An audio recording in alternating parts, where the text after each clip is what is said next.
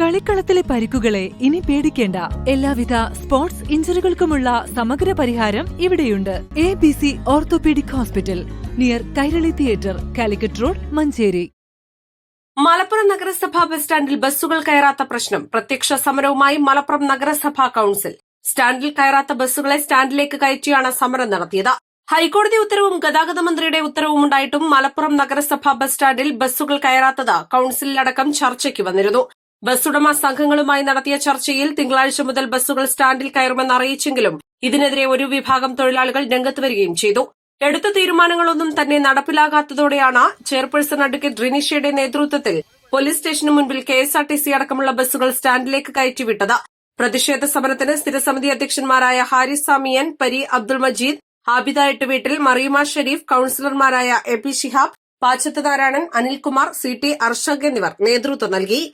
East live, Malappuram.